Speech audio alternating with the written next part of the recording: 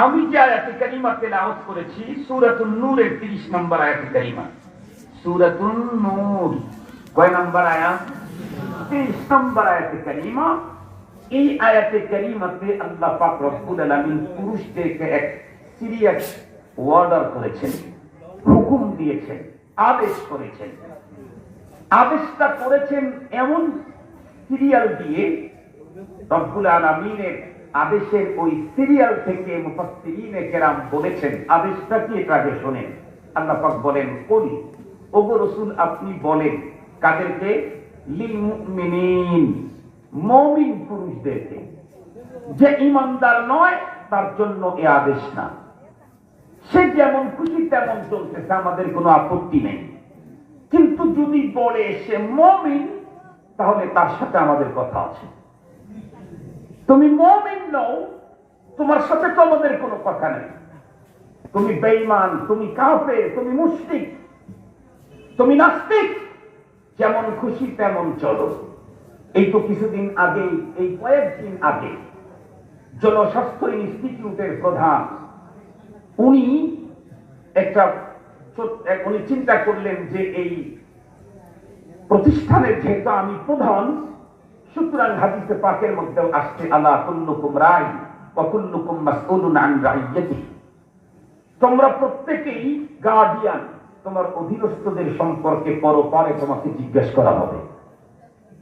উনি চিন্তা করলেন আমি যেহেতু প্রতিষ্ঠানের প্রধান, তাহলে আমি একটা কাজ করি, যে কাজটা মানুষের দুনিয়াতে কোনো ক্ষতি নাই, আখিরাতে লাভ আর লাভ, দুনিয়াতেও লাভ। সেটি উনি বললেন যে আমার এই অফিসে যারা কর্মরত মুসলমান পুরুষ আছো, তারা অফিস চলাকালীন সময়েও তারা টাকনুর উপরে কাপড় পরবা। আচ্ছা বলেন তো দেখি, টাকনুর উপরে কাপড় পরলে দুনিয়ার কি ক্ষতি? জোরে বলেন না কেন? বরং লাভ। পুরুষরা যখন টাকনুর নিচে প্যান্ট দেওয়া শুরু করছে, আমাদের মা বোনেরা তখন টাকনুর উপরে প্লাজো পরা শুরু করে দিচ্ছে। তোমরা ছেড়ে দিছো সুন্নত, এটা আমরা নিলাম। তোমরা ছেড়ে দিছো সুন্নত, এটা আমরা নিলাম। কিন্তু মা বোনেরা প্লাজোর যে সুন্নত আমল করতে চাইতেছে, ওই সুন্নতের ভিতরে ফরজ তরফ হয়ে গেছে। ঠিক বললাম না? ঠিক বললাম? ওই সুন্নতের মধ্যে সুন্নত আছে না ফরজ তরফ হয়ে গেছে? ফরজ তরফ হয়ে গেছে। আমার রাসূল আমাদেরকে কি বলেছেন? তোমরা তোমাদের পরনের কাপড়টাকে টাকনুর উপরে রাখো। কেন? ফাইন্নাহা আবকা ওয়া আবকা। নবীজি বললেন দুইটা ফায়দা তোমার হবে, একটা দুনিয়াবি ফায়দা আর একটা উখরবি ফায়দা। দুনিয়ার ফায়দা হলো যে লুঙ্গিটা গিরার নিচ দিয়া চেষ্টায় নিয়ে যায়, এটাতে ময়লা লাগে, ঘন ঘন সাবান দিতে হয়। নামাজ পড়তে গেলে তো ওই কাপড় চেঞ্জ করে ছাড়া নামাজ হবেই না, কারণ নাপাক হয়ে যায়। আর যাদেরটা ময়লা নিয়েই পড়তে চায় তাদেরও ঝামেলা কি, অল্প দিনে ছিঁড়ে যায়, নষ্ট হয়। নবীজি বলেন উপরে উঁচু করে পড়ো, আবকা, অনেক দিন টিকবে, টিকসই হবে, লংজিভিটি আসবে। এরপরে কি বললেন? ওয়া আতকা, আরেকটা হলো তাকওয়া অর্জন হবে। সুবহানাল্লাহ বললেন না? যেটা একজন ঈমানদারের জীবনের অপরিহার্য, যা ছাড়া একজন ঈমানদারের জীবনের সফলতা কখনোই সম্ভব না, এমন এক মহা সম্পদের নাম হলো তাকওয়া। উনি নারীদের ব্যাপারে বললেন, মুসলিম নারী যারা আমার জন্য স্বাস্থ্য ইনস্টিটিউটে যারা চাকরি করতে আসবা, তারা অবশ্যই হিজাব করে আসবা। খুব ভালো করে বুঝবেন, নোয়াখালীতে এবং সিলেটের পূর্ণভূমিতে স্বামীর কাছ থেকে ভার্সিটি মেডিকেল কলেজে 4-5 জন ছেলে স্ত্রীকে, স্বামীর কাছ থেকে স্ত্রীকে জোর করে ছিনে নিয়ে অপর্য করে ধর্ষণ করে তাকে অবস্থা যখন ছিন্ন ভিন্ন করে দিয়েছে, এরপরে সোশ্যাল মিডিয়ায় যখন তুফান শুরু হলো এর প্রতিবাদে, সরকার শেষ পর্যন্ত ধর্ষকদের জন্য ফাঁসির রায় বাস্তবায়ন করা বা আইন করার জন্য ফিকির চালাচ্ছে। খুব ভালো করে বুঝবেন, একদিক থেকে ধর্ষকদের জন্য ফাঁসির রায় করবেন, অপর দিক থেকে নারীদেরকে হিজাব আর জিলবাব করবে, এটার বাধা দিবেন, এটা কখনোই কোনো জ্ঞানী মানুষ কেন কোনো পাগলের কাজ হতে পারে না। মুহতারাম হাজিরিন, খুব ভালো করে কথাগুলি বুঝার জন্য চেষ্টা করবেন, ভালো করে কথাগুলি বুঝার জন্য চেষ্টা করবেন। আজকে বক্তৃতা এখানেই থাকবে মনে করেন, এই তো 1 ঘন্টার ভিতরে আমেরিকাতেও যাবে। এই দেখেন, মা ইয়ালফিযু মিন কাওলিন ইল্লা লাদাইহি রাকিবুন আতীদ, রাকিবুন আতীদ। একটু আমেরিকায় যাবে, আরো দূর পর্যন্ত যান। অবাস্তব কথা বলি না, ফালতু কথা বলার চেষ্টা করি না। মুহতারাম হাজিরিন, আমরা কথা বললে যদি কেউ বলে আপনি কথা কেন বললেন, আমরা তাদেরকে বলতে চাই, বাংলাদেশে অবস্থান করে বাংলাদেশের সংবিধান বিরোধী বক্তব্য দেওয়া যদি অপরাধ হয়, মুসলমানিত্ব স্বীকার করার পরে কোরআনের আইনের বিপক্ষে কথা বলা তার চাইতে বড় অপরাধ, তার চাইতে বড় অপরাধ। তুমি নিজে ইমানদারের পরিচয় দিবা, আবার কোরআনে পাকের আইনের উপরে কথা বলবা, এত বড় স্পর্ধা তোমাকে কে দিয়েছে? বাংলাদেশে বাস করে বাংলাদেশের সংবিধান বিরোধী বক্তব্য দেওয়া যদি অপরাধ হয়, মুসলমানের পরিচয় দিয়ে কোরআনের আইনের বিরুদ্ধে কথা বলা সিরিয়াস অপরাধ। মুহতারাম হাজিরিন, ঠান্ডা মাথায় কথাগুলি বুঝবেন। তাহলে জনস্বাস্থ্য ইনস্টিটিউটের যিনি প্রধান, উনি তার অধীনস্থ লোকদেরকে যে অর্ডারটা করলেন, এখানে দুনিয়ার কি পরিমাণে লস ছিল বলেন? কোন লস ছিল কি? বরং ওনার কথাটা ছিল স্বাস্থ্যসম্মত। উনি ডাক্তার, স্বাস্থ্যসম্মত কথা ছিল ওনার কথাটা ছিল ধর্ষণ বন্ধ করার পথে ওনার নারীদের জন্য এই নীতিমালাটা কিঞ্চিত হলেও ফায়দা দেবে। অথচ ওনার বক্তব্য দেওয়ার পরেই এদেশে কিছু চুলকানি আর চূড়ান্ত অ্যালার্জিওয়ালা মানুষ আছে, যাদের অ্যালার্জি ইলিশ মাছ খাইলে জাগে না, গরুর গোশত খাইলে জাগে না, কোরআন আর সুন্নাহর কথা বললে যাদের অ্যালার্জি জাগে। গরুর গোশত আর ইলিশ মাছ খাইলে অ্যালার্জি হয় স্কিনে, আর কোরআন সুন্নাহর কথা শুনলে ওদের অ্যালার্জি জাগে ওদের কলিজায়। এইরকম এক অ্যালার্জিওয়ালা অবসরপ্রাপ্ত একজন আইনজীবী না বিচারক, সে কি বলল যে উনি যে বক্তব্য দিয়েছেন এটা তালেবানি বক্তব্য, এটা জঙ্গিবাদী বক্তব্য। উনি যে কথা বলেছেন এটা জামাতের কথা বলেছেন। মুহতারাম হাজিরিন, তাহলে দেখেন, একদিক থেকে ধর্ষকদের জন্য আইন করতেছে ফাঁসি, করতেই হবে, এটা কোরআনের আইন।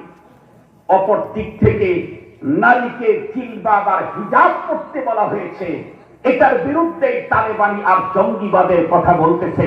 তাহলে বুঝেন, যারা এই জাতীয় মন্তব্যর বক্তব্য করে তারাই মূলত আমাদের সমাজে ধর্ষকদেরকে লেলিয়ে দেয়। ভালো করে বুঝবেন, আল্লাহ পাকের কোরআনে আল্লাহ পাক তার রাসূলকে বললেন, ওগো আল্লাহর রাসূল, আপনি ঈমানদার পুরুষদেরকে বলেন, এই ঈমানদার যুবকেরা, আমরা মনে মনে ভাবি পর্দা তো নারীর কাজ। কোরআনে পাকে তো আল্লাহ তাআলা পর্দার প্রথম বিধান দিলেন পুরুষদেরকে। আল্লাহ বলেন, ওগো রাসূল, আপনি মুমিন পুরুষদেরকে বলেন, ইয়াগুদ্দু মিন আবসারিহিম ওয়া ইয়াহফাযু ফুরুজাহুম, তারা যেন তাদের চোখকে সংযত করে আর চরিত্রকে হেফাজত করে। কয়টা বর্ডার? 2টা বর্ডার। চোখ যেন সংযত করে, চরিত্র যেন হেফাজত করে। আল্লাহু আকবার। এটা করলে কি হবে?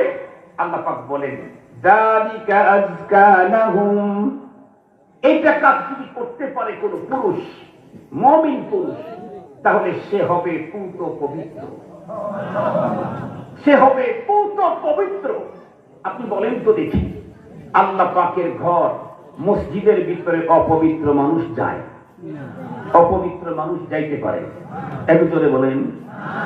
আল্লাহর ঘর দুনিয়াতে মসজিদ, এই মসজিদের ভিতরে অপবিত্র মানুষ যদি ঢুকতে না পারে, আল্লাহ পাকের তৈরি করা ভিআইপি জান্নাতের ভিতরে অপবিত্র লোকটা ঢুকবে?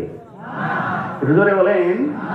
মুহতারাম হাজিরিন, আল্লাহর ঘর মসজিদের ভিতরে ঢুকতে বাইরের পবিত্রতা লাগে, আর আল্লাহ পাকের তৈরি করা জান্নাতে ঢুকতে বাইরের পবিত্রতাও লাগে, ভিতরের পবিত্রতাও লাগে। ভিতরের পবিত্রতাকে বলা হয় আজকা তাজকিয়া, বাইরের পবিত্রতাকে বলা হয় তাহারাত। বাইরের পবিত্রতা এটা হলো তাহারাত, আর ভিতরের পবিত্রতা হলো তাজকিয়া। আল্লাহ পাক কি বলছেন? আল্লাহ পাক এখানে বলছেন আজকা লাকুম ওয়া আতহার, বাইরের পবিত্র হবে, ভিতরও পবিত্র হবে। যালিকা আজকা লাহুম, ভিতরটা পবিত্র হবে। চোখ হেফাজত, লজ্জাস্থান হেফাজত।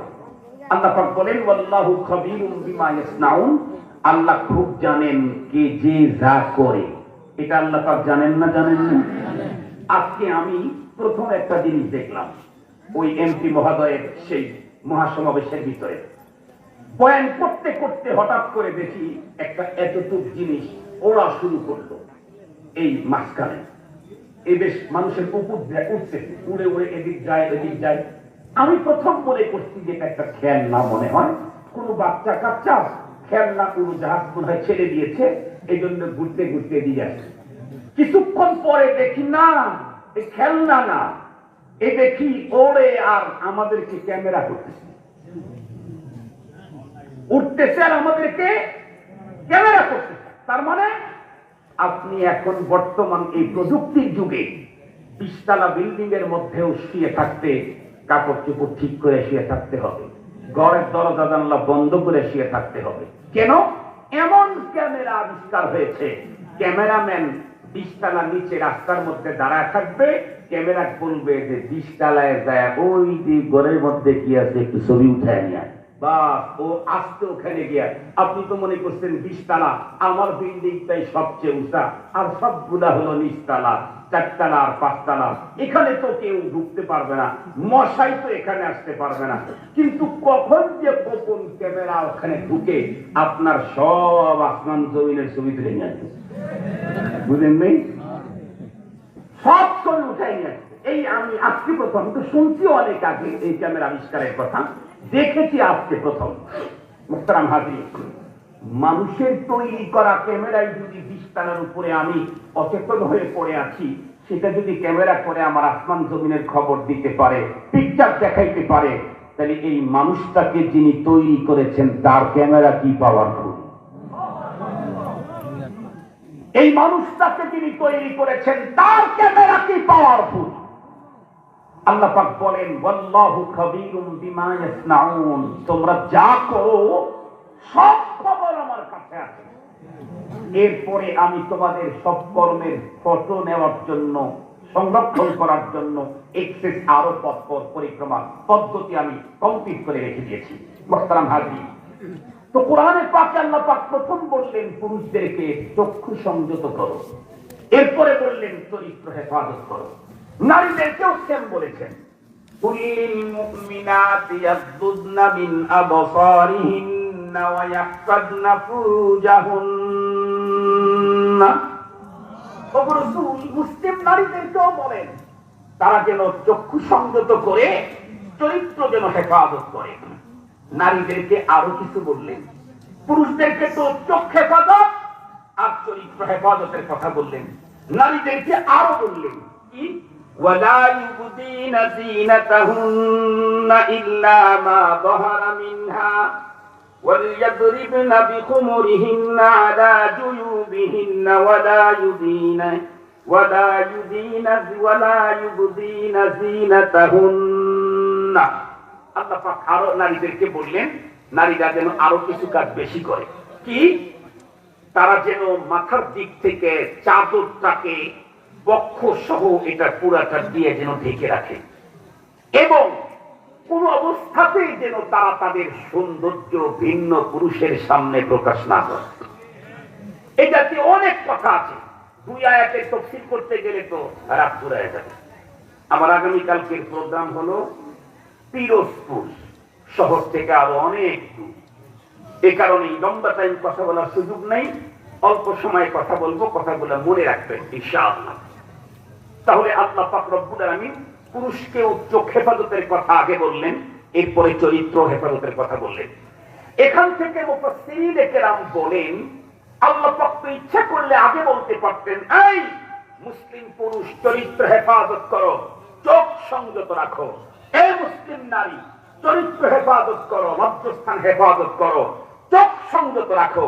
উল্টায়াও তো বলতে পারতেন, অল্টারনেট পাল্টায়া দিয়ে না বলে আগে চোখ হেফাজতের কথা বলেছেন, পরে চরিত্র হেফাজতের কথা বলেছেন। কেন?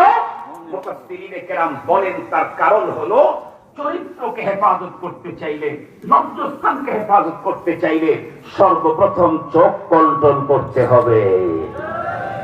চোখ কন্ট্রোল না হলে লজ্জাস্থান হেফাজত করতে পারবে না। জিনার গাড়ি ছাড়েই হলো চোখ থেকে, দর্শন থেকে জিনার গাড়ি ছাড়ে, ধর্ষণে গিয়া ওখানে গ্যারেজ করে। কথা কি বুঝতে পারছি আপনাদেরকে? ধর্ষণে গিয়া গ্যারেজ, দর্শন থেকে জিনার গাড়ি ছাড়ে। অনেক তার স্টপিজ আছে, অনেক স্টেশনে দাঁড়ায়, প্রথমে চোখ দিয়ে কেউ কাউকে দেখে, এরপরে তাকে চয়েস হওয়ার প্রশ্ন হলো পরে। যে যাকে কোনোদিন দেখে নাই, যার কণ্ঠ কোনোদিন শোনে নাই, তাকে চয়েস করার কোন প্রশ্নই, কথা বলেন না কেন, তাকে চয়েস করার কোন প্রশ্নই, তার প্রতি লালায়িত হওয়ার কোন প্রশ্নই আসে না। যেহেতু চোখ দিয়া দেখলে, কান দিয়া তার কণ্ঠ শুনলে তার প্রতি একজন মানুষের আকর্ষণ তৈরি হয়। এ কারণে আল্লাহ পাক সূরাতুন নূরে 30 নম্বর আয়াতে কারিমা, 31 নম্বর আয়াতে কারিমাতে আল্লাহ পাক পুরুষ নারী দুইজনকেই বলেছেন, তোরা কেউ কাউকে দেখতে যাস না, দুইজনের চোখের উপরে পর্দা লাগাও, কেউ ভিন্ন পুরুষ ভিন্ন নারীকে দেখতে যেও না। তাহলে একদিক থেকে একজন আরেকজনের উপরে আকর্ষণ হওয়ার পথ বন্ধ। আরেক জায়গায় আল্লাহ তাআলা সূরাতুল হুজরাত গালিবান না সূরাতুল আহজাব আল্লাহ পাক সেখানে বলেছেন, ইয়া নিসাআন নবী লাস্তুন্না কাআহাদিম মিনান নিসা ইন ইত্তাকাইতুন্না ফালা তাখদা'না বিল কওল ফায়াতমা'আল্লাযী ফী কলবিহি মারাদুন ওয়া কুলনা কওলান মা'রুফা। আল্লাহু আকবার। এই আয়াতে কারিমাতে আল্লাহ পাক ওখানে তো মুমিন নারী আর পুরুষদেরকে বলেছেন, এই আয়াতে আল্লাহ পাক ডাইরেক্ট সম্বোধন করেছেন পৃথিবীর সবচাইতে পূত পবিত্রতম নারীদেরকে, ডাইরেক্ট সম্বোধন করেছেন। তারা হলেন আজওয়াজে মুতাহহারাত, আমাদের মহানবীজির পবিত্রতম স্ত্রীগণ। আপনারা বলেন তো দেখি, এই জমিনের ভিতরে নবীর স্ত্রীগণের চাইতে আরো পূত পবিত্র, এর চাইতে আরো উন্নত বলেন ছিল কি? তাদের মতো ছিল অনেকে, যেমন হযরত আসিয়া, ওনার মতো ছিলেন, কিন্তু তাদের চাইতে আরো উন্নত এমন কিনা। বরং মনে রাখবেন একটা কথা, সারা জীবন আমার রাসূল বলেছেন, মা বাগাত ইমরাআতু নাবিয়্যিন কাত্তু। এই পৃথিবীতে অনেক নবীর স্ত্রী এমনও ছিল যে নবীর স্ত্রী নবীর আনিত দ্বীনের উপরে ঈমান আনে নাই, বেঈমান ছিল। লূত আলাইহিস সালামের স্ত্রী তো বেঈমান ছিল, কোন কোন নবীর স্ত্রী বেঈমান ছিল, কিন্তু আমার রাসূল বলেন আদম পয়গম্বর থেকে শুরু করে আমি মুহাম্মদুর রাসূলুল্লাহ সাল্লাল্লাহু আলাইহি ওয়াসাল্লাম পর্যন্ত কোন নবীর স্ত্রীগণ দুশ্চরিত্রা ছিলেন না। বেঈমানকে নবীর স্ত্রী হওয়ার মর্যাদা দেওয়া হয়েছে, কিন্তু চরিত্রহীনা কাউকে নবীর ঘরে আল্লাহ পাঠান নাই। তাহলে চরিত্রের কত বড় দাম। একজন খ্রিস্টান বলেছে, তোমার যদি সম্পদ সব শেষ হয়ে যায় কিন্তু তোমার লস হলো, কিন্তু তোমার চরিত্র যদি ফুরিয়ে যায়, নষ্ট হয়, টোটাল তোমার লস হয়ে গেল, তোমার আর কিছুই পুঁজি রইল না। মুসলমান ভাইরা আমার কথাগুলা দিল দিয়ে বুঝবেন। গালিবান সূরাতুল হুজরাতের ওই আহজাবের ওই আয়াতের মধ্যে আমি যে আয়াতে কারিমা কিছুক্ষণ আগে তেলাওয়াত করলাম, আল্লাহ পাক রব্বুল আলামিন ডেকে বললেন, ওগো নবীর স্ত্রীগণ, ইনডাইরেক্ট সম্বোধন করলেন কিয়ামত পর্যন্ত এই পৃথিবীতে যত মুসলমানের নারী আসবে, মুসলিম নারী, তাদেরকে সম্বোধন করে কি বললেন? লাস্তুন্নাকা আহাদিম মিনান নিসা। ওগো নবীর স্ত্রীগণ, কিয়ামত পর্যন্ত যত মুমিনদের মেয়ে দুনিয়াতে আসবে, মুসলিম নারীরা, তোমরা কিন্তু অন্য নারীদের মতো নও। ইনিত্তাকাইতুন্না ফালা তাকদানা বিল কওল। যদি তোমাদের অন্তরে আল্লাহ পাকের ভয় থাকে, তাহলে একটা ওয়াদার তোমাদের জন্য, আর একটা ওয়াদার হলো ফালা তাকদানা বিল কওল। খবরদার কখনোই ভিন্ন কোন পুরুষের সঙ্গে অত্যন্ত নম্র এবং বিনয় আর রসমাখা কথা বলতে যেও না। কোমল করে, আকর্ষণীয় করে ভিন্ন কোন পুরুষের সঙ্গে কথা বলতেই যেও না। গেলে কি হবে? فَيَطْمَعَ الَّذِي فِي قَلْبِهِ مَرَضٌ وَقُلْنَ قَوْلًا مَّعْرُوفًا। আল্লাহ পাক বলেন, যদি তোমরা ভিন্ন কোন পুরুষের সঙ্গে, নিজের স্বামীর সঙ্গে যেমন কোমল ভাষায় আকর্ষণীয় শব্দে যেমন কথা বলো, তেমন করে যদি কথা তোমরা বলো, তাহলে ফায়াতমা আল্লাযী ফি কলবিহি মারাদ, তোমার এই কণ্ঠ যদি, আওয়াজ যদি ওই সমস্ত পুরুষদের অন্তরের কানের ভিতরে ঢোকে, যেই সমস্ত পুরুষদের অন্তরের ভিতরে রোগ আছে। কিসের রোগ? ও মুসলমান, কোভিড-19 না, না এইডস, আর বন্ধুরা আমার HIV না, না। কি রোগ? নেফাকের রোগ অথবা কমজোরি ঈমানের রোগ। এই দুই রোগ যাদের অন্তরে আছে, তোমার মধুর কণ্ঠস্বরের আওয়াজ শুনলে ফায়াতমা আল্লাযী কলবিহি মারাদ, তখন তোমাকে নিয়ে সে কুমন্ত্রণায় ভাবতে থাকবে। এই জন্য দুইটা পথ, কোন নারী ধর্ষিতা হবে না, কোন মা ধর্ষিতা হবে না। প্রথম দুইটা ফর্মুলা মানতে হবে। একজন পুরুষ আর একজন নারীর প্রতি আকৃষ্ট হওয়া সর্বপ্রথম পথ হলো দুইটা। একটা হলো তাকে চোখ দিয়ে দেখতে পেলে তাকে চয়েস হতে পারে, আর একটা হলো দেখে নাই কিন্তু ফোনে অথবা অন্য কোনো ভাবে আড়াল থেকে তার মধুর কণ্ঠ শুনেছে, তাহলে ঝামেলা হইতেই পারে। এই জন্য রব্বুল আলামিন আইন করে দিলেন, ধর্ষণ পর্যন্ত যাওয়ার কোনো সুযোগ নাই, জিনা পর্যন্ত করার কোনো সুযোগ নাই। যেই দুই পথে ভিন্ন একজন পুরুষ, আমি কমলমতি সুন্দরী নারী আমার উপর আক্রমণ করতে পারে, এই দুই পথ আল্লাহ পাক বন্ধ করে দিয়ে দিলেন। পুরুষকেও ওখানে বাধার সৃষ্টি করলেন, পুরুষকেও প্রতিবন্ধকতা দিয়ে দিলেন। নারীর চেহারার দিকে তাকাবা না। আগে পুরুষকে বললেন, যত সুন্দরী হোক, যতই বিউটি পার্লার থেকে সেজে আসুক, যতই অর্ধেক আর পুরা উলঙ্গ হয় যদি তোমার সামনে দিয়ে যায়, খবরদার তুমি এই তোমার চোখকে নিম্নগামী করো। রাসূল করিম সাল্লাল্লাহু আলাইহি ওয়াসাল্লাম বলেছেন, ইয়া আলী লা তাতবি'ন নাযরাতান নাযরা ফাইন্না লাকাল উলা ওয়া লাইসাত লাকাল আখিরা। আলী, কখনো যদি হঠাৎ কোনো নারীর প্রতি তোমার দৃষ্টি পড়ে, সাথে সাথে চোখকে ফিরিয়ে নিয়ে আসো। প্রথম হঠাৎ দৃষ্টি যেটা পড়েছে, এটা তোমার ক্ষমা হবে। দৃষ্টি যদি লম্বা করো অথবা সেকেন্ড টাইম আবার তাকাও, তাহলে কিন্তু মনে রাখবে, মনে রাখবে, মনে রাখবে, এটা কিন্তু দৃষ্টি যেটা, ইন্নাল আইন সাহমুম মিন সিহামি ইবলিস, চোখটা তো হলো ইবলিসের সিরিয়াস একটা তীর, ইবলিসের এক সিরিয়াস তীর। এটা কারো উপরে নিপতিত হলে, কারো দিকে পড়লে সিরিয়াস ক্ষতি হবে। এই জন্য খবরদার পুরুষ, তুমি ল্যাম্পটাও তোমার সামনে দিয়ে গেলে তুমি তাকায়ও না। তুমি যদি না তাকায়, তুমি আল্লাহর ভয় অন্তরের ভিতরে নিয়ে যদি তুমি ওই দিকে না তাকায় চেহারাকে ঘুরে নাও, মনে রাখো যুবক, একজন মানুষ যদি 10 বছর পর্যন্ত তাহাজ্জুদের নামাজ পড়লো, আর তুমি একজন অর্ধ উলঙ্গ বেগানা নারীর সামনে আসছিল, তার দিক থেকে তুমি তোমার চোখটাকে ফিরাইয়া নিলা, ওই তাহাজ্জুদ গুজার লোকের চাইতে তোমার মর্যাদা আল্লাহর দরবারে অনেক বেশি। কি মর্যাদা তোমার, কি দাম তোমার! মুহতারাম হাজিরিন, চোখ ফিরাইয়া নাও। যত সুন্দরী হোক, তুমি তাকাইলেই তো তাকে পাবে না। হাকিমুল উম্মত থানবী রাহমাতুল্লাহি আলাইহি বলেন, চোখকে ধরে রাখলে অল্প মজা বেশি শাস্তি, শাস্তি বেশি মজা। হাকিমুল উম্মত থানভী রাহমাতুল্লাহ আলাইহি লিখেছেন। আমি আপনাদেরকে বুঝাইতে গেলে সমস্যা নাই তো?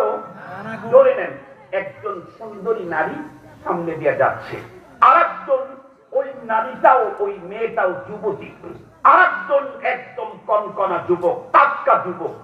সে ওই গাড়ির দিকে তাকাইল, তাকানোর পরে হয়তোবা ওর ছেলেটার দিলের ভিতরে মেয়েটা পছন্দ হয়ে গেল। পছন্দ হইলেই সে কি বিয়ের প্রস্তাব দিলে যে কোনো যাকে দেখবে তাকে চয়েস ছেলে কি বিয়ে করা যায়? তাকে বিয়ে করতে চাইলে তো সেই পাগলের কাণ্ড হবে। এক পাগল একদিন তার বন্ধু মহলে গিয়া মিষ্টি খাওয়াইতে, টাকা পয়সাও বেশি নাই, মিষ্টি খাওয়াইতে, আর যা আনন্দ। ফ্রেন্ড সার্কেল জিজ্ঞেস করলো, কি রে তুই তো মানুষের কাছে চেয়ে খাস, আজকে তুই মিষ্টি খাওয়াইতে আসছিস? এরপরে আবার এত আনন্দ, বাদ ভাঙ্গা আনন্দ, এত হাসি, ব্যাপারটা ও শুধু হাসতে হাসতে বলতেই পারতেছে না হাসির কথা, মানে তার আনন্দের কথাটা। আর বল না কি হয়েছে? ও তখন বলতেছে, দোস্ত এদেশের প্রেসিডেন্টের মেয়ের সাথে আমার বিয়ে প্রায় ঠিক। সবাই এখন কি আর মিষ্টি খাবে, হাসতে হাসতে জীবন শেষ। একে তো বখাতে, তারপরে আবার বাড়িতে নাই খাট, বখাতে, বুঝেন নেই? খাটি খাটও নাই, বখাতেও। সবকিছু মিলে চেহারা, সুরত, টাকা পয়সা, পরিবেশ পরিস্থিতি যা আছে, বডি ফিটনেস সবকিছু মিলে হলো এলাকায় যে মোটা মাটি ফকির, সেওকে ওর সাথে মেয়ে দিতে রাজি হবে কিনা সন্দেহ। ও বলতেছে রাষ্ট্রপ্রধানের মেয়ের সাথে বিয়ে। দোস্তরা তখন মিষ্টি খাওয়াচ্ছে, হাসা শুরু করে দিয়েছি। কেমনে বিশ্বাস করো না, অর্ধেক তো একদম কমপ্লিট, আর অর্ধেক শুরু বাকি আছে। লোকেরা তখন ওরা তো এমন ভাবে দৃঢ়ভাবে বলতেছে, ফ্রেন্ড সার্কেলের ভিতরে ভাব এসে গেছে, ভাবার ব্যাপারে এসে গেছে। তুই ভাবে জোর করে বলতেছিস, হ্যাঁ অর্ধেক কমপ্লিট, আর মাত্র অর্ধেক। কেমনে? বিবাহ হলো দুইটা জিনিসের মাধ্যমে বিয়ে। একটা হলো ইজাব আর একটা কবুল, প্রস্তাব আর গ্রহণ। এই দুইটা 50-50, একদিক থেকে প্রস্তাব যাবে আর একদিক থেকে গ্রহণ হবে, বিয়ে কমপ্লিট। তাহলে ইজাব এটা 50, কবুল এটা 50, প্রস্তাব এটা 50, গ্রহণ এটা 50। তো আমার পক্ষ থেকে তো আমি 100 বার, কি বলছে? আমার পক্ষ থেকে কি 100 ওভার। তাহলে ইজাব তো 100, বিয়ে তো অর্ধেক হয়ে গেছে, খালি কবুল বাকি। বিয়ে অর্ধেক হয়ে গেছে, খালি কি বাকি বলেন? এই একটা আস্থা পাগল না? আরে তোমার কবুল, তোমার প্রস্তাব তো তখন মূল্যবান হবে যখন এর পিছনে কবুল লাগবে। 1 কোটি প্রস্তাবের পিছনে যদি কবুল না লাগে, ওই প্রস্তাবের 4 পয়সার দাম নেই। একজন পুরুষ আর একজন মেয়েকে দেখলেই তাকে মনে চাইলেই তাকে পাওয়ার সম্ভাবনা খুব কম। যদি পায়ও বিয়ে করে, তাও তো সময় লাগবে। আর যদি অন্য কারো স্ত্রী হয়, অথবা যদি অবস্থানে আপরদীপার হয়, তাহলে তো কোনোদিন সম্ভব হবে না। শুধুমাত্র কেবলমাত্র লম্বা টাইম তার দিকে তাকায় থাকার কারণে রাত্রে আর ঘুম হবে না। কথা বলেন না কেন? কথা বলেন না কেন? পরের দিন মনে চাইবো কোথাও থেকে এসেছিল, কোথায় গেল। পরের দিন স্কুল, কলেজ, ভার্সিটি বাদ দিয়ে, আমাদের এক বক্তা ছিল আগে বক্তারা তো অনেক শব্দই বলতেন, তখন তো আর এই শব্দগুলা নিয়ে বুদ্ধিজীবীরা এত বেশি বিশ্লেষণ করতো না। এখন তো শব্দ ব্যবহার করতেও আমাদের সিরিয়াস ভাবতে হয়, কোন শব্দ নিয়ে না জানি আবার বোম ফাটায় চুলকানিওয়ালা না, সিরিয়াস ভাবে দেখতে হয়।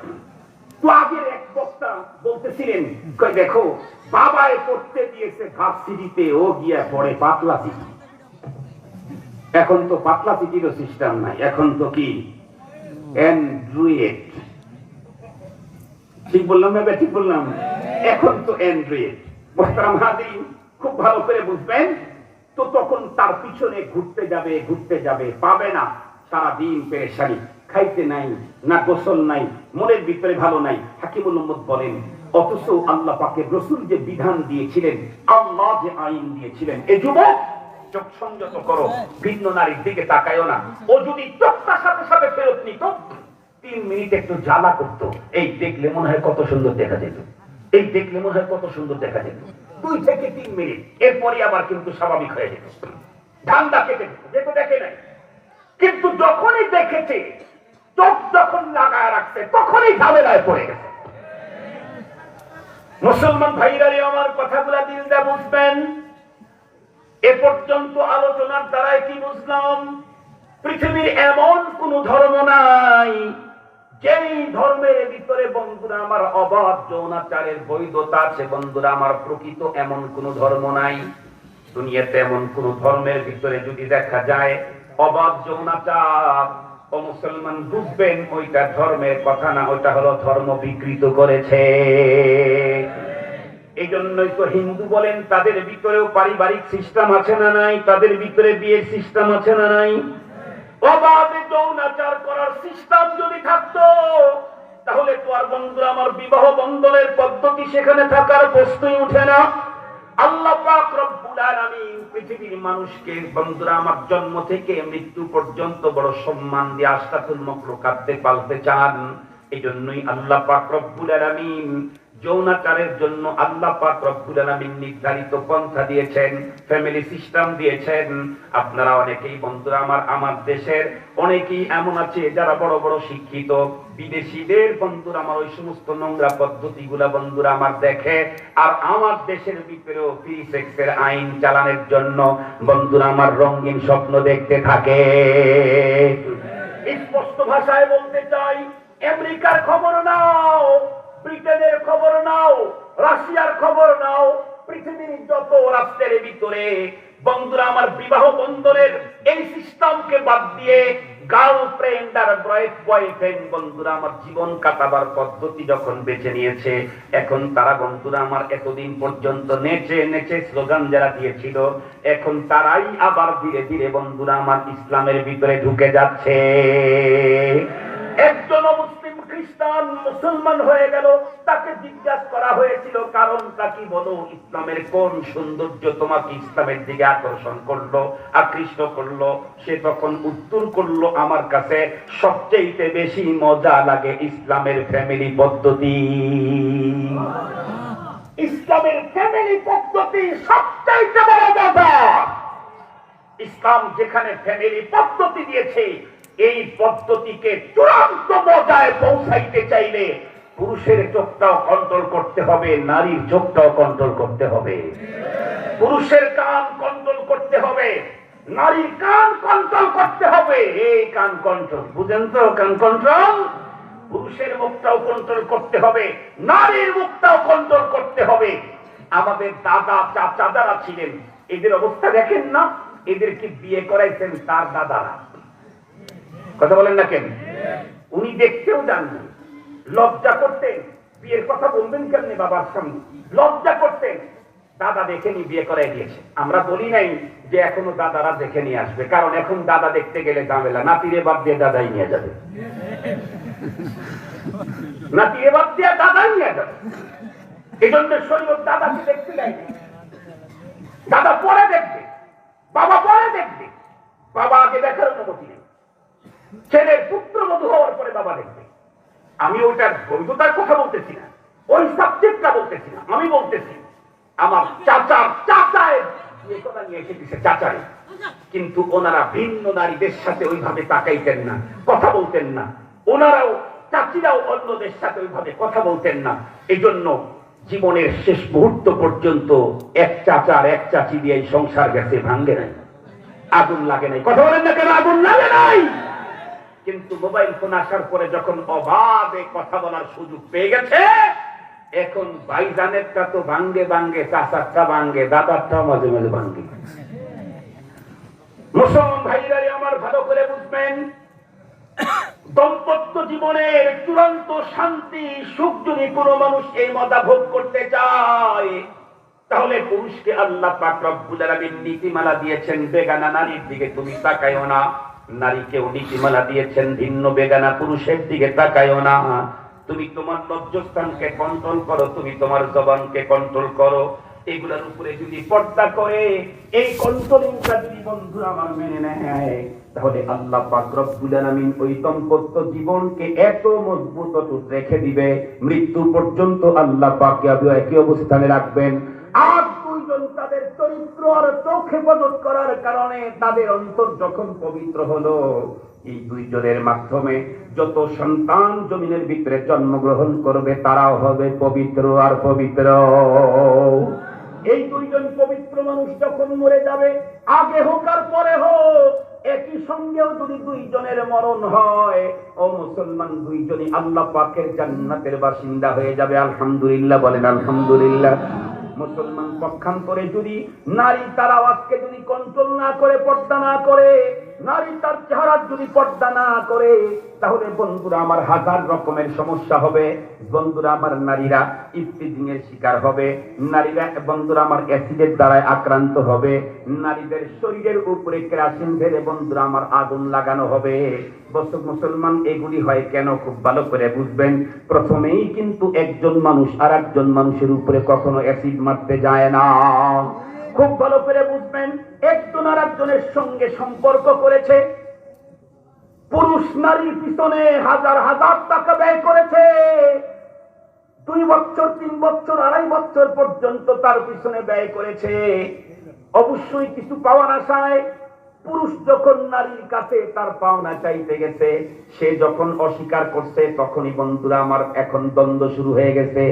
তখনই রাস্তার ভিতরে বন্ধুরা আমার আক্রমণ, তখনই অ্যাসিড মারা, তখনই কেরোসিন ঢেলে দিয়ে বন্ধুরা আমার পুড়ে বেড়ে ফেলা, তখনই বন্ধু সার্কেলদেরকে নিয়ে উপর্যুপুরি ধর্ষণের মতো জঘন্যতম অপরাধ হয়। এই অপরাধ একদিনে হয় নাই, এই অপরাধের পিছনে ওই নারীরও লম্বা টাইম পর্যন্ত বন্ধুরা আমার বলেন তো দেখি কোনো অবদান আছে না? না। এই জন্য মুসলমান মাদেরকে বলতে চাই, মুসলিম মা, তুমি তোমার চেহারাকে ভিন্ন কোনো পুরুষকে দেখতে দিও না, তুমি তোমার মধুর কণ্ঠস্বর ভিন্ন কোনো পুরুষকেও শুনতে দিও না। আপনারা শুনলে অবাক হবেন, মুসলমান ভাইরারে আমার শুনলে অবাক হবেন। শেখুল হাদিস আল্লামা আজিজুল হক রহমাতুল্লাহি আলাইহি, উনি ওনার কাছে আমি বুখারী পড়েছি, মুসলিম শরীফ পড়েছি। উনি এবং ওনার ছেলে মামুনুল হক আমার আব্বার প্রতিষ্ঠিত বেতুয়া মাদ্রাসাতে পড়াইতেন। শেখুল হাদিস সাহেব হুজুর রহমাতুল্লাহি আলাইহি মাসে 2 মাসে একবার গিয়ে বুখারী শরীফ পড়াইতেন। মামুনুল হক সাহেব দামাত বারাকাতুহুল আলিয়া, উনি তো 5 বছর পর্যন্ত আমার আব্বার প্রতিষ্ঠিত বেতুয়া মাদ্রাসায় পড়াইছেন। তখন আমিও ওনার সঙ্গে বেতুয়া মাদ্রাসা পড়াইছি। ওই সময় আমার ওয়াইফ অসুস্থ হয়েছিল, তখন তো আমি আব্দুল বাসের ছিলাম, খান সাহেব সব ছিলাম না, আমারে কেউ চিনত না। যমুনা ব্রিজও হয় নাই, স্ত্রী আমার বাঁচেই না, ঢাকায় নিয়ে গেলাম, কাউকে আমি চিনি না। মামুন ভাইয়ের সঙ্গে আমার একটু সম্পর্ক বেশি। মামুন ভাইকে ফোন দিলে মামুন ভাই আমাদেরকে নিয়ে গেলেন তাদের বাসায়। বাসায় ঢোকার পর আমি স্ত্রীকে নিয়ে গেছি, স্ত্রী ভিতরে ঢুকে গেলেন, ওখানে একদিন থাকলেন। খুব ভালো করে বুঝবেন, থাকলেন। থাকার পরে পরের দিন যখন আমরা চলে আসলাম ডাক্তার দেখায়া, তখন শেখুল হাদিস সাহেব হুজুর আমাকে দেখে বললেন, বৌমার কি অবস্থা? আমি তো ভয়ে একদম জড়সড় হয়ে গেছি।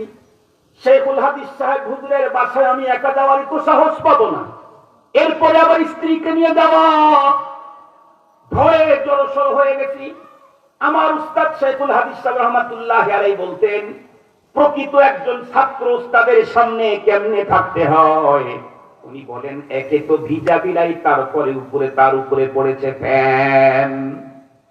নাকি হাতের মার, ভিজা বিলাই, বিড়াল মানে তো ছোট, এরপরে যদি ওটা ভিজা হয় তাহলে ওটা আরো মিনি। কথা বলেন না কেন? এরপরে যদি আবার ওর উপরে হাতের মার পড়ে তাহলে তো ওদের অবস্থা শেষ। শেখুল হাদিস হুজুর বলেন, একজন ছাত্রের অবস্থা উস্তাদের সামনে, একে তো ভিজা বিলাই, তার উপরে পড়ছে ফ্যান, এমন হবে। আলহামদুলিল্লাহ, আর কোন কি বলবো যোগ্যতা নাই, তবে একটা যোগ্যতা আল্লাহ পাক আমার ভিতরে দিয়েছিলেন, আমি উস্তাদের সামনে অত্যন্ত বিনয়ের সাথে চলতাম। এখনো আলহামদুলিল্লাহ বিনয়ী হতে পারি। এই একটা আখলাক আল্লাহ তাআলা, একটা সম্পদ আমাকে দিয়েছেন। আমি হুজুরকে রেখে আসছি, দেখে হুজুরের সাথে কথা বলে চলে আসলাম। চলে আসার একদিন পরে আমার স্ত্রীর অবস্থার জটিল। ফোন দিলাম, তখন তো এই ফোন ছিল না, তখন তো টেলিফোন এগুলো আবিষ্কার হয়নি। ফোন দিলে এক শাইখুল হাদিস হুজুর একবার ধরছেন, ধরে বললেন কি অবস্থা বোমা? আমি বললাম হযরত অসুস্থতা বেশি। হুজুর বললেন কি বলেন, কি বলো তুমি? তাহলে আমি নিজে ডাক্তারের কাছে যাব। আল্লাহ, আমি এ কথা শুনে মনে হয় যেন আসমান থেকে জমিনের একদম 7 তবক নিচে পড়ে গেলাম। শাইখুল হাদিস সাহেবের মতো বাররে ফকিরের একজন 1% ব্যক্তি, একটাই ওয়ান ম্যান, জাতীয় নেতা শাইখুল হাদিস, আমি একটা আদনা ছাত্র, তার স্ত্রীর জন্য উনি ডাক্তারের কাছে যাবেন। আমি হযরতকে বললাম, হযরত আপনার যাওয়া দরকার নাই, একটু মামুন ভাইয়ের সাথে কথা বললেই হবে। বললেন ঠিক আছে, আমি মামুনকে বলছি। পরের দিন চলে গেল, আর কথা হয় না। এদিকে অবস্থা সে মারা যায় ভাব। আবারও ফোন দিলাম, 3-4 বার ফোন দেওয়ার পরে ফোন দিচ্ছি, কিন্তু দেখলাম ফোনের আওয়াজ আসতেছে মেয়ে কণ্ঠ। যখন মেয়ে কণ্ঠের আওয়াজ আসতেছে তখন তো আমি ভয় পেয়ে গেছি, আমার ভিতরে ভয়। কেন? হয়তো আম্মা ধরছেন, না হয় কোনো বোনেরা ধরছেন। আর শায়েখ তো আমার আধ্যাত্মিক পিতা, উনি তো আমি তার রুহানি সন্তান। নিজের পিতার সাথে এদিক সেদিক করা গেলেও আধ্যাত্মিক পিতা রুহানি পিতার সাথে এদিক সেদিক করা যায় না। আমি বিনয়ের সাথে যত কথা বলি, ওই দিক থেকে আরো ধমকায় আমার সাথে কথা বলে। আমি 2-3 কথা বলার পরে আমার যোগ বিয়োগে কি এর মেডিসিনের কথা বলবো, কেটে দিলাম। চিন্তা করলাম, আম্মাও তো আমার চিনে, বোনেরাও তো আমার চিনে, ভাবিরাও তো আমার চিনে, আমার নামটা চিনে, আমাকে না চিনলে। তারপরে কয়েকদিন আগে মাত্র আমার ওয়াইফ সে বাসায় থেকে আসলো 24 ঘন্টা, অবশ্যই চিনবে। তো আমার সাথে এরকম কর্কশরে কথা বলে কেন? হঠাৎ করে কোরআন শরীফের এই আয়াত মনে পড়লো।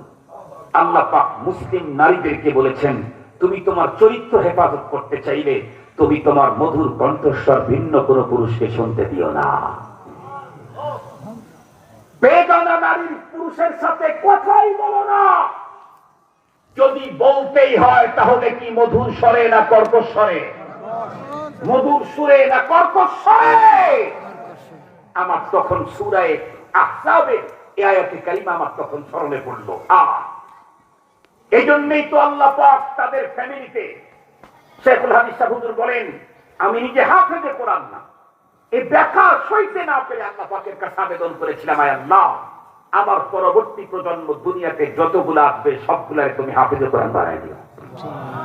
হুজুরের জীবদ্দশায় হুজুরের পরবর্তী জেনারেশনের ভিতরে হাফেজ হয়েছিল 70টা। সুবহানাল্লাহ। বর্তমানে আল্লামা মামুনুল হক সাহেবের ফ্যামিলিতে তার আব্বা থেকে যারা জন্ম নিয়েছে, পরবর্তী যারা আসছে, ওনার ভাইরা বোনেরা, ভাইরা ভাগ্নিরা, ভাইরা ভাস্তিরা বা তাদের সন্তান যেগুলি, এগুলি নিয়ে প্রায় 100 ঊর্ধ্বে হাফেজে কোরআন। এই জন্য আমি মুসলিম মাদেরকে বলতে চাই, ও মা, তুমি যদি পর্দা করো, তোমার চেহারাকে যদি ভিন্ন পুরুষকে না দেখাও, তুমি যদি পর্দা করো, তোমার মধুর সুর যদি ভিন্ন কোন পুরুষকে তুমি শুনতে যদি না দাও, এমন ভাবে যদি তুমি তোমার জীবনটা কাটাও, মাগো তোমার ঘরের ভিতরে জন্মগ্রহণ করবে বর্তমান সময়ের বন্ধুরা, আমার তাওহীদি যুবকদের আইকন আল্লামা মামুনুল হকের মতো সিংহ পুরুষ। মুসলমান ভাইরা আমার, লম্বা কথা বলতে চাই না। তাহলে পর্দা তো বন্ধুরা আমার, পর্দা করলে দুনিয়াবি কোনো ক্ষতি আছে নাকি? দুনিয়াবি কোনো ক্ষতি আছে নাকি? কোন রকমের ক্ষতি নাই, বরং বড়টা লাভ হলো আমি জাহান্নামের আগুন থেকে বেঁচে যাব। আর যদি আমি পর্দা না করি, তাহলে মুসলমান কি জাতীয় ভয়াবহ আযাবের ভিতরে আমাকে ঢোকা লাগতে পারে। আল্লাহ পাকের কোরআন থেকে তো বন্ধুরা আমার হাজার কথা আছে, ওগুলি বলতে গেলে লম্বা হয়ে যাবে। আমি শুধু একটা ঘটনা আপনাদের খেদমতে বলেই বন্ধুরা আমার বিদায় নেব। আপনারা হয়তোবা জানেন, হযরত মাওলানা মুফতি আব্দুর রউফ সাকরবি, উনি বন্ধুরা আমার অনেকগুলি রিসালা লিখেছেন, অনেকগুলি ছোট্ট ছোট্ট পুস্তিকা লিখেছেন। এরপরে মাওলানা তারেক জামিল সাহেব, উনিও বন্ধুরা আমার তার অনেক বয়ান লিখেছেন। বাংলাতেও বন্ধুরা আমার কবরের চোখে দেখা কবরের আযাব নামে বন্ধুরা আমার বই আমাদের বাংলাদেশেও পাওয়া যায় ওনার। মুসলমান ভাইরা আমার, এই জাতীয় অনেক গ্রন্থ, অনেক বই রচিত হয়েছে। তার ভিতরে একটা ঘটনা আমি আপনাদেরকে শোনাই। পাকিস্তানের ঘটনা। একজন পাকিস্তানের একজন কৃষক, এ আল্লাহর বান্দা সকাল থেকে সন্ধ্যা পর্যন্ত মাঠের ভিতরে কাজ করেছে। আসরের টাইম যখন হয়ে গেছে, আমাদের দেশের ভিতরে এমনও কৃষক আছে আলহামদুলিল্লাহ, যে কৃষকগুলি বন্ধুরা আমার এত পাক্কা নামাজি, আমি তো মনে করি আমার চাইতে তার নামাজের দাম অনেক বেশি।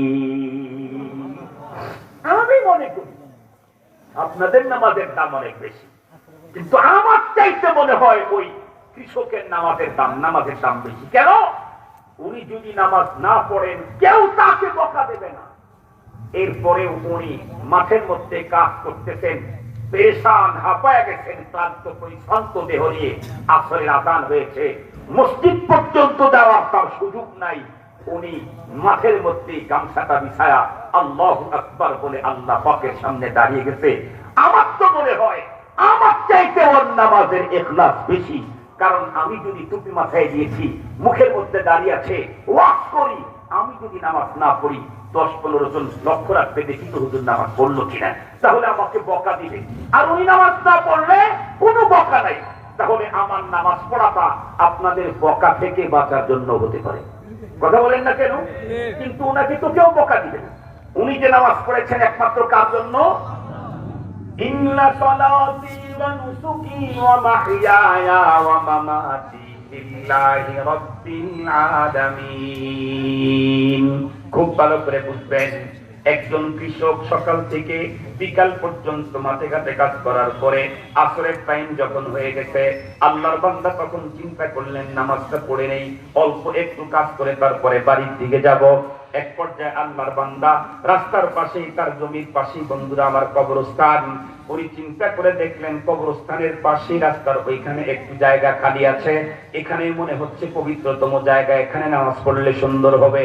আল্লাহর বান্দা যখন নামাজ পড়তে গিয়ে সিজদায় চলে গেছেন, ঠিক সেই মুহূর্তের ভিতরে আল্লাহর বান্দার কানের ভিতরে আওয়াজ ঢুকলো। পাশে এক কবর থেকে বন্ধুরা আমার তার কানে আওয়াজ আসলো, मैं जिंदा हो मुझके कब्र से बाहर निकालो। আওয়াজ ঢুকে গেল, আমি এখনো জীবিত আছি, আমাকে কবর থেকে বের করে নাও। একবার, দুইবার, তিনবার, চারবার পর্যন্ত এমন আওয়াজ শোনার পর আল্লাহর বান্দা বন্ধুরা আমার চিন্তা করলেন, কিরে কবরস্থানের কবরের ভিতর থেকে এমন আওয়াজ বেরিয়ে আসছে, সত্যি আওয়াজ নাকি আমি সারাদিন পর্যন্ত না খেয়ে কাজ করার কারণে আমার কানের ভিতরে এমন কি কোনো শব্দ দূষণ হচ্ছে কিনা, নতুন কোনো শব্দ তৈরি হচ্ছে কিনা আমার ঠান্ডা বুঝে আসতেছে না। তো এক পর্যায়ে আল্লাহর বান্দা নামাজ কমপ্লিট করার পরে কবরস্থানের ভিতরে ঢুকে ঘুরে ঘুরে ঘুরে ঘুরে খুব ভালো করে বন্ধুরা আমার সজাগ দৃষ্টিতে তাকিয়েছিলেন, ভাবতেছিলেন দেখি তো কোন কবর থেকে আওয়াজটা আসে। হ্যাঁ, এক পর্যায়ে আল্লাহর বান্দা নির্ণয় করতে সক্ষম হলেন এই কবরের ভিতর থেকে আওয়াজ আসতেছে। এক পর্যায়ে উনি কবরের মাটির সঙ্গে কানটাও লাগিয়ে দিলেন।